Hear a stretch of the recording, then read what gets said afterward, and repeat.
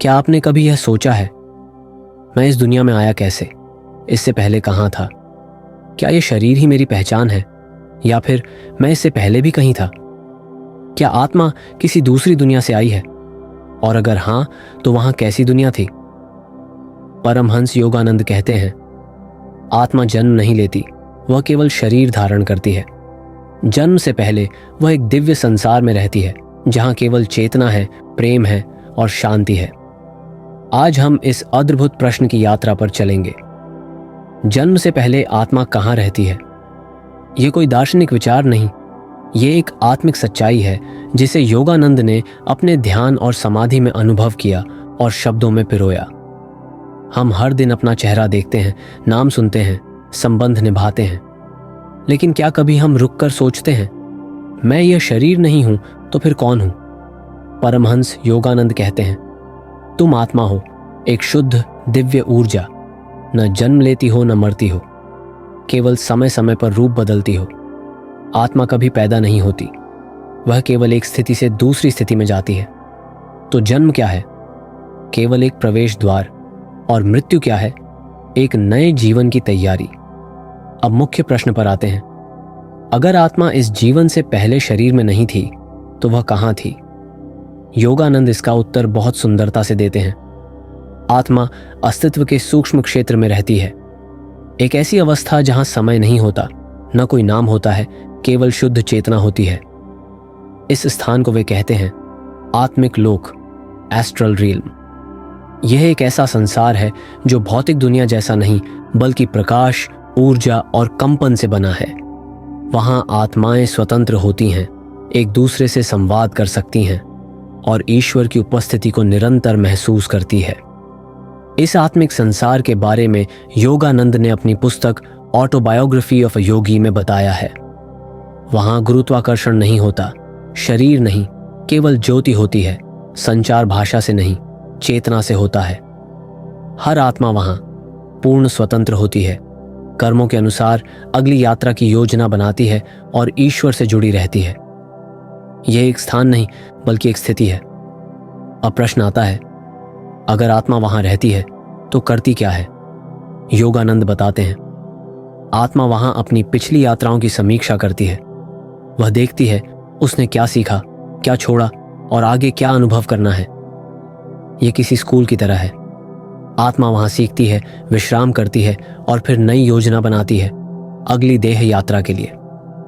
यह योजना कोई बाहरी शक्ति नहीं बनाती, आत्मा स्वयं बनाती है अपने कर्मों के आधार पर। इसका उत्तर योगानंद स्पष्ट देते हैं, हाँ, आत्मा अगला जन्म खुद चुनती है, माता पिता, देश, परिस्थिति, सब कुछ, क्योंकि हर जन्म एक विशेष उद्देश्य के लिए होता है। ये सोचकर ही हमारी सारी शिकायतें समाप्त हो जाती हैं। मेरे माता पिता ऐसे क्यों हैं? मुझे ये कष्ट क्यों मिला? मैं इस देश में ही क्यों जन्मा? क्योंकि आत्मा ने इन्हें सीखने, समझने और उन्नत होने के लिए चुना है। हम समय के हिसाब से सोचते हैं, पिछले जन्म में क्या था, अगला जन्म कब होगा। पर योगानंद कहते हैं, आत्मा के लिए समय रेखीय नहीं है। वह हर जन्म को एक साथ देख सकती है, जैसे कोई चलचित्र जो एक ही स्क्रीन पर चल रहा हो। यह विचार आधुनिक भौतिकी से भी मेल खाता है, जहां टाइम इज नॉट लिनियर की पुष्टि हो चुकी है। आत्मा के लिए भूत, वर्तमान, भविष्य सब एक साथ अस्तित्व में हैं। योगानंद बताते हैं, जब आत्मा अनुभव के लिए लालायित होती है, तब वह धरती पर लौटने का निर्णय लेती है। पर यह लालसा कोई सांसारिक लालच नहीं, बल्कि सीखने की इच्छा होती है। उदाहरण, अगर आत्मा ने पिछले जीवन में क्रोध में बहुत नुकसान किया, तो अगली बार वह शांति और क्षमा सीखने आती है। अगर आत्मा ने मोह में बंध कर पीड़ा झेली, तो वह विरक्ति और प्रेम के बीच का संतुलन सीखने आती है। हर जन्म एक कक्षा है और आत्मा एक ईमानदार विद्यार्थी। क्या आत्मा इस संसार में आने से पहले किसी से बात करती है?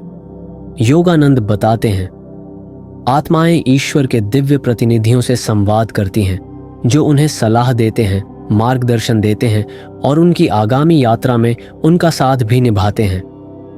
इन्हें कई संस्कृतियों में गाइड्स, देवदूत, सहचर आत्माएं कहा गया है।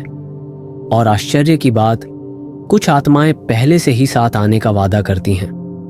माता पिता, भाई बहन या जीवन साथी, ये सब पूर्व जन्मों में आत्मा के संगी हो सकते हैं। जन्म कोई आकस्मिक प्रक्रिया नहीं है। योगानंद कहते हैं, जब आत्मा गर्भ में प्रवेश करती है तो वह पहली बार सीमाओं का अनुभव करती है। अब वह जो पहले प्रकाश थी, एक सीमित शरीर में प्रवेश करती है।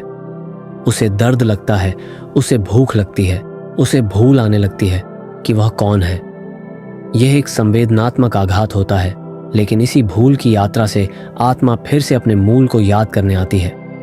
जब कोई शिशु जन्म लेता है तो वह रोता है। परमहंस योगानंद इसका अर्थ बताते हैं। वह रोना केवल सांसारिक हवा का नहीं, वह आत्मा की पुकार है जो कहती है, मैं वापस आ गया हूं एक और बार। जन्म वह द्वार है जहां आत्मा की स्मृति धीरे धीरे मिट जाती है और यहीं से शुरू होती है स्मृति से विस्मृति तक और फिर विस्मृति से आत्मस्मरण तक की यात्रा। जब आत्मा जन्म लेती है तो वह एक नया शरीर, नया नाम, नई भाषा, नया समाज धारण करती है। पर फिर भी हम सब ने कभी ना कभी ये अनुभव किया है। मुझे ऐसा लगता है कि मैंने ये पहले भी किया है। ये जगह मुझे जानी पहचानी लगती है। इस इंसान से मिलकर लगता है जैसे बहुत पुराना संबंध है। योगानंद कहते हैं, आत्मा सब जानती है, पर मस्तिष्क की परतों के नीचे वह सब छिपा रहता है। विस्मृति यानी भूल जाना, ये ईश्वर की व्यवस्था है, क्योंकि अगर हम सब कुछ याद रखते तो नया अनुभव असंभव हो जाता। परमहंस योगानंद इसका कारण समझाते हैं। जैसे कागज पर नया चित्र बनाने के लिए पुराना मिटाना पड़ता है, वैसे ही आत्मा हर जन्म में एक नया अनुभव लेने के लिए पिछली स्मृतियों को पीछे छोड़ देती है। भूलना एक दंड नहीं, बल्कि रचनात्मक अवसर है। अगर कोई आत्मा हर जन्म की पीड़ा, मोह, मृत्यु और असफलता याद रखे तो वह आगे नहीं बढ़ पाएगी। ईश्वर जानता है कब याद दिलाना है, कब विस्मृति में रखकर सीखने देना है। परमहंस योगानंद बचपन से ही असामान्य थे। उन्होंने बचपन में कई बार कहा, मुझे लगता है मैं पहले भी ध्यान करता था। कभी कभी मुझे ऐसा लगता है जैसे मैं इस पृथ्वी का नहीं हूं। उन्होंने अपनी आत्मकथा में एक अद्भुत अनुभव साझा किया। ध्यान में मैंने एक साधु के रूप में अपने पिछले जन्म को देखा। मैं एक गुफा में था, ईश्वर की पुकार लिए। ये केवल दर्शन नहीं था, ये आत्मा की स्मृति थी। योगानंद ने स्पष्ट किया, हर आत्मा को यह स्मृति मिल सकती है यदि वह भीतर उतरने को तैयार हो। यह प्रश्न हर जिज्ञासु मन में आता है, क्या मैं भी अपने पहले जन्म को देख सकता हूं? योगानंद का उत्तर है, हां, पर केवल तभी जब उद्देश्य स्पष्ट हो। पूर्व जन्म को जानना आकर्षक लग सकता है, पर उसका मूल्य तब है जब वह तुम्हें इस जन्म में सही दिशा दे। इसके लिए आवश्यक है गहन ध्यान, नियमित मौन, स्वार्थ रहित जिज्ञासा। जब आत्मा स्थिर हो जाती है तो वह अपना बीता हुआ कल सपने की तरह नहीं, सत्य की तरह देखने लगती है। कभी कभी आत्मा हमें संकेत देती है सपनों के माध्यम से। योगानंद कहते हैं, कुछ सपने केवल मानसिक क्रिया नहीं होते, वे आत्मा के संदेश होते हैं। कुछ बच्चे सपने में पूर्वजों से बात करते हैं। कोई अपने आप को दूसरे देश, युग या शरीर में देखता है। कोई मृत्यु के पूर्व एक स्पष्ट दृश्य देखता है। ये सब आत्मा के सूक्ष्म संकेत हैं जो बताते हैं कि वह एक लंबी यात्रा पर है। क्या आत्मा केवल जन्म लेकर कुछ अनुभव कर लेती है? क्या यही उसका उद्देश्य है? योगानंद कहते हैं, आत्मा का उद्देश्य है हर अनुभव के माध्यम से स्वयं को पहचानना और अंत में ईश्वर से मिल जाना। हर जन्म कोई अधूरी सीख पूरी करता है, कोई अधूरा कर्म संतुलित करता है और आत्मा को अगले स्तर तक ले जाता है। यही कारण है कि कुछ लोग बहुत जल्दी परिपक्व दिखते हैं, क्योंकि उनकी आत्मा पहले से यात्रा में बहुत दूर जा चुकी होती है। योगानंद ने एक रहस्य बताया। कई बार आत्माएं जन्म से पहले एक दूसरे से संविदा करती हैं कि हम साथ आएंगे, एक दूसरे को कुछ सिखाएंगे। इसलिए कोई मित्र जीवन भर साथ चलता है, कोई व्यक्ति सिर्फ कुछ पल के लिए आता है और बदल कर चला जाता है, कोई दुख देने आता है ताकि हम भीतर जागे। हर आत्मा, हर रिश्ता, हर घटना पूर्व निर्धारित नहीं, लेकिन पूर्व सम्मत होती है। जब शरीर समाप्त होता है तो आत्मा फिर से उसी आत्मिक लोक में लौटती है जहां वह जन्म से पहले थी। पर यह वापसी कैसी होती है? योगानंद कहते हैं, यदि मृत्यु के समय मन शांत है तो आत्मा सीधे उच्च चेतना के लोक में प्रवेश करती है। लेकिन अगर डर, मोह और पछतावा है तो आत्मा को भ्रम की परतों से गुजरना पड़ता है। इसलिए अंतिम क्षण का भाव आत्मा की दिशा तय करता है। योगानंद इस विषय को बड़ी गहराई से समझाते हैं। आत्मा अगले जन्म का निर्णय स्वयं करती है, लेकिन इस निर्णय में उसकी चेतना की अवस्था बहुत महत्वपूर्ण होती है। यदि आत्मा जागरूक है तो वह अधिक ऊंचे उद्देश्यों वाला जन्म चुनती है, पर यदि आत्मा अभी भी बंधनों में है तो वह पुनः उन्हीं चुनौतियों में लौटती है जहां से उसने कुछ सीखा नहीं था। इस जीवन को अक्सर हम संघर्ष समझते हैं, पर योगानंद कहते हैं, हर जन्म, हर सांस, हर क्षण तुम्हें उस आत्मा की याद दिलाने आया है जो जन्म से पहले दिव्यता में रहती थी। हम आए हैं अपने प्रकाश को फिर से खोजने, अपनी दिव्यता को पुनः अनुभव करने और उस घर की ओर लौटने के लिए जहां आत्मा ने कभी जन्म लिया ही नहीं था। परमहंस योगानंद कहते हैं, आत्मा जन्मों जन्मों तक भटकती है, लेकिन उसका अंतिम लक्ष्य है ईश्वर में लीन हो जाना। हम सब ने यह शब्द सुना है, मोक्ष, मुक्ति, निर्वाण। पर यह क्या है? यह किसी स्वर्ग में जाना नहीं, यह किसी विशेष लोक में बस जाना नहीं, यह है स्वयं की पहचान को फिर से जान लेना। योगानंद कहते हैं, जब आत्मा जान जाती है कि वह ईश्वर से अलग नहीं, तब वह पुनर्जन्म के चक्र से मुक्त हो जाती है। यह प्रश्न हम सबके भीतर होता है, क्या मेरी आत्मा भी इस चक्र से मुक्त हो सकती है? उत्तर है हाँ, लेकिन इसके लिए आत्मा को अपने कर्मों से परे उठना होगा, अपने विकारों से मुक्त होना होगा और स्वयं को पूर्ण रूप से प्रेम, मौन और ध्यान में समर्पित करना होगा। मुक्ति वह अवस्था है जहां आत्मा ईश्वर को न देखती है, बल्कि स्वयं को ही ईश्वर के रूप में अनुभव करती है। योगानंद इस प्रक्रिया को गृह प्रत्यावर्तन कहते हैं, एक तरह से आत्मा का वापस अपने मूल में लौटना। इस प्रक्रिया में 3 चरण होते हैं। स्मृति जागरण, मैं शरीर नहीं हूं, मैं आत्मा हूं। वैराग्य, जो कुछ बाहर है वह अस्थाई है। लय, अब मैं ईश्वर में समा रहा हूं, जैसे नदी समुद्र में। यह कोई रहस्यमयी यात्रा नहीं, यह एक जीवन पद्धति है। जब आत्मा अपने अंतिम जन्म में होती है और उसकी चेतना उच्चतम स्तर पर पहुंच जाती है, तो मृत्यु एक समाधि जैसी होती है। परमहंस योगानंद की मृत्यु इसका जीवंत उदाहरण है। 1952 में वे एक सभा में भाषण दे रहे थे। अंतिम पंक्तियां बोलते ही उनके चेहरे पर दिव्य मुस्कान आई और वे मौन में चले गए। 21 दिनों तक उनका शरीर किसी प्रकार की सड़न से मुक्त रहा।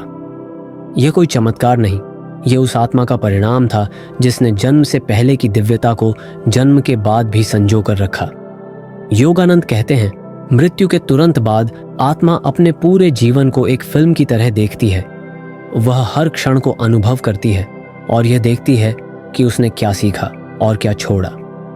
इसके बाद आत्मा उस आत्मिक लोक में जाती है जहां अन्य आत्माएं उसका स्वागत करती हैं, जहां दिव्य प्रकाश उसका मार्गदर्शन करता है और जहां वह निर्णय लेती है क्या लौटना है या अब विश्राम करना है। क्या कोई आत्मा कभी लौटकर नहीं आती? हाँ, योगानंद कहते हैं, जब आत्मा सब कुछ अनुभव कर चुकी होती है तब वह पुनः जन्म नहीं लेती। लेकिन कुछ आत्माएं जो मुक्त हो चुकी होती हैं फिर भी लौटती हैं जगत की सेवा करने के लिए। इन्हें हम पहचानते हैं संत, योगी, शिक्षक और वो आत्माएं जिनकी उपस्थिति ही शांति ला देती है। वे लौटते हैं अपने लिए नहीं, बल्कि उन आत्माओं के लिए जो अब भी रास्ता ढूंढ रही हैं। अब प्रश्न है, अगर हम अभी जन्मे हैं तो क्या हम उसी आत्मिक स्मृति को फिर से पा सकते हैं? योगानंद उत्तर देते हैं, हर आत्मा में वह बीज सोया हुआ है। ध्यान, सेवा और प्रेम से वह अंकुरित होता है। क्या करें? ध्यान, प्रतिदिन मौन में बैठे और अपने भीतर उतरे। स्वाध्याय, आध्यात्मिक ग्रंथों को पढ़ें जो आत्मा को उसकी प्रकृति याद दिलाएं। सत्संग, उन्हीं लोगों के बीच रहें जो आपके भीतर की दिव्यता को जगाते हैं। कर्म योग, हर कार्य को सेवा मानकर करें। जिस दिन तुम स्वयं को केवल देह नहीं बल्कि चेतना समझने लगते हो, उसी दिन जन्म से पहले की आत्मा जागने लगती है। योगानंद ने ऐसे संकेत बताए जो यह दर्शाते हैं कि आत्मा जागने लगी है। ध्यान में हल्का कंपन, नींद में दिव्य स्वप्न, कोई पूर्वज अचानक स्मृति में आना या बिना कारण हृदय में गहरी शांति। ये संकेत बताते हैं तुम फिर से उस जगह पहुंच रहे हो जहां से आत्मा कभी आई थी और जहां वह लौटना चाहती है। योगानंद ने एक पंक्ति में इसे स्पष्ट किया, तुम्हारा घर कोई जगह नहीं है, वह एक अवस्था है। वह अवस्था है जहां डर नहीं है, जहां समय नहीं है, जहां कोई द्वंद्व नहीं है। वह अवस्था मौन में है। वह तुम्हारे हृदय के केंद्र में है और वहां तक पहुंचने के लिए बाहर नहीं जाना बल्कि भीतर लौटना है। अब जब तुम ये सुन चुके हो जन्म से पहले की आत्मा का रहस्य, उसकी यात्रा, उसकी विस्मृति, उसका उद्देश्य, तो अब प्रश्न उठता है, अब तुम्हारी आत्मा क्या चाहती है? क्या वह सोती रहे? क्या वह केवल जीवन की दौड़ में लगी रहे? या अब वह जागना चाहती है, याद करना चाहती है और लौटना चाहती है अपने सच्चे घर की ओर? परमहंस योगानंद ने यही संदेश दिया था, अपने भीतर उतर जाओ, तुम पाओगे तुम पहले से ही वहां थे जहां पहुंचना चाहते हो। अगर इस चेतना यात्रा ने आपके भीतर कुछ गहराई से छू लिया है तो कृपया इस चैनल को सब्सक्राइब करें। ये केवल एक क्लिक नहीं, एक संकल्प है कि अब आप इस जीवन को आत्मा की दृष्टि से जीना चाहते हैं। इस वीडियो को लाइक करें और उन आत्माओं तक पहुंचाएं जो अभी भी अपने घर का रास्ता ढूंढ रही हैं। और याद रखिए, जन्म से पहले आत्मा जहां थी वही उसका अंतिम गंतव्य है। धन्यवाद।